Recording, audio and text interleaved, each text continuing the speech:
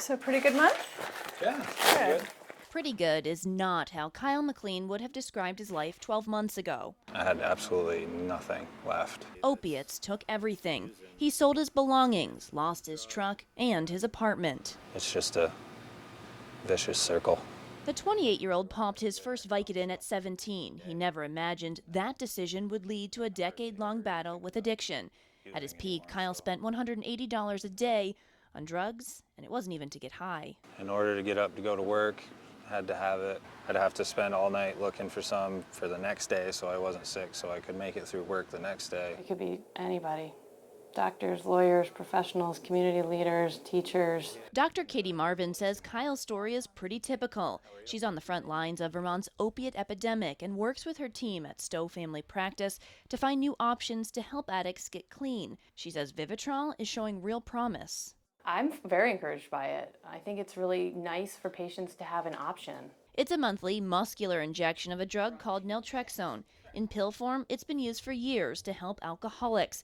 In 2010, vivitrol got FDA approval to treat opiate addiction. Take a nice deep breath in, breathe it through. Doing okay? For 30 days, this shot blocks the opiate receptors in the brain and curbs cravings. You're not going to get high anyway, so it's not worth it to even waste the money. Plus, it could kill you if you're still using. So Marvin drug tests her patients before injections. If they really tried to override the medicine, they would die. They could really die from a respiratory event. Marvin's team treats 10 vivitrol patients. There are about 70 statewide. 6 months ago, Vermont changed drug prescription protocols to make vivitrol more accessible to Medicaid patients. Each injection cost $1,000. With insurance, that price drops to about $3.